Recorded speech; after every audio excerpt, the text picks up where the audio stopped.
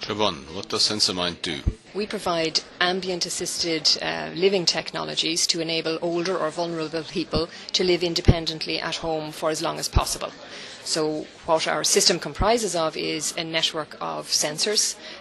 They're non-contact wireless sensors in the home, so motion sensors, door contact sensors, for example, and a central hub which gathers up those signals.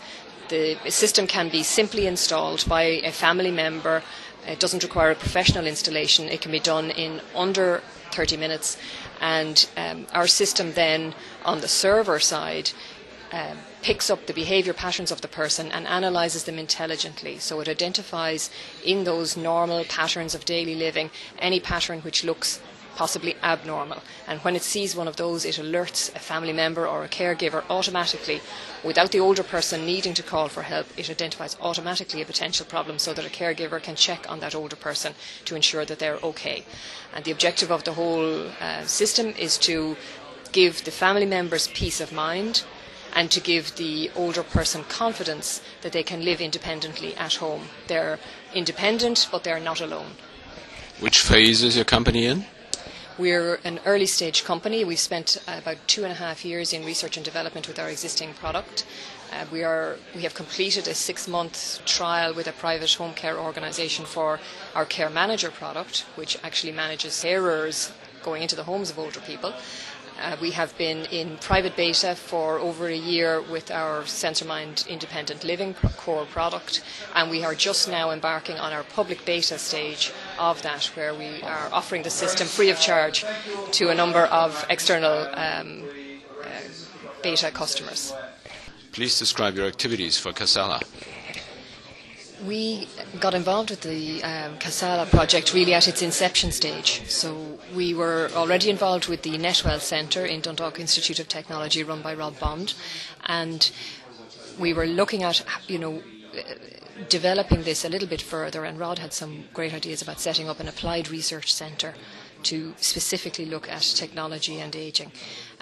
He invited us to participate in that process, and we helped by supporting the application to create the centre. Then we were nominated by Casala to sit on their industry steering committee. So on that committee there were 4 industry partners. There were 4 industry partners at the outset of that, and that was Intel, IBM, Sensormind and Real Time Technologies.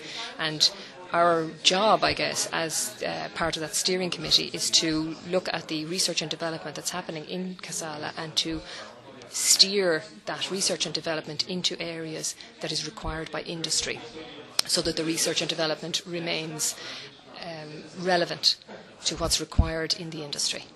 What are your suggestions with regard to business models for telecare?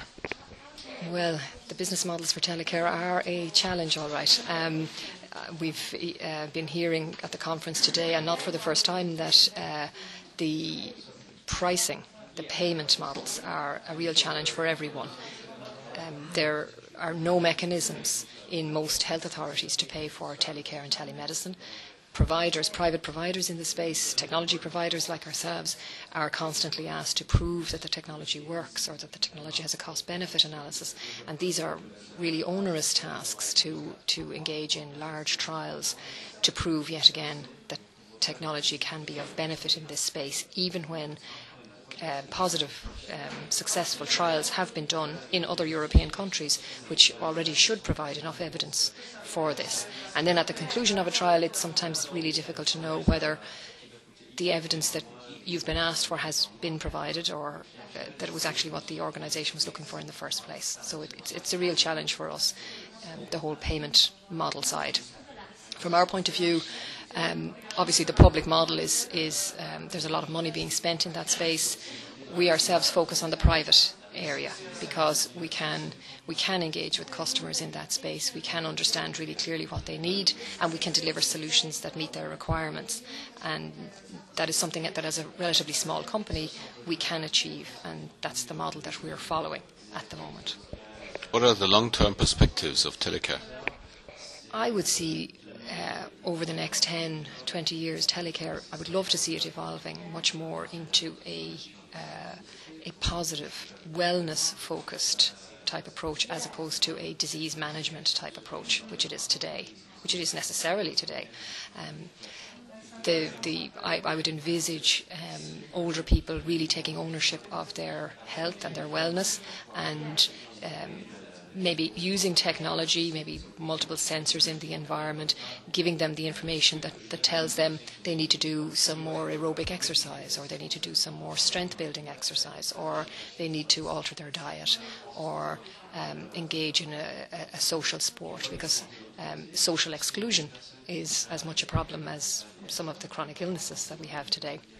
So the older person, I see them taking ownership of this, really engaging with this, maybe engaging in a social way with this, maybe competing with their peers and their friends to reach a certain target on health in a week, and maybe building new friends, building social networks amongst friends in the same way, and really energising that whole space, so that being older doesn't necessarily mean chronic illness and the patient mentality, but instead is a much more positive, healthy ageing.